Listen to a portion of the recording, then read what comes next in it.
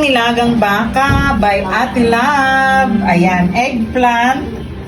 Ano ang tawag dito, Ate? Saladas. Ensalada, talong. Ensaladang talong by Gemma. Yung aking bangus, hindi pa luto. Gutom ng tao. Ayan, may crab si Amira. At ayan, kay Amira din yan. O, diba? Simulan na yan. Happy Friday!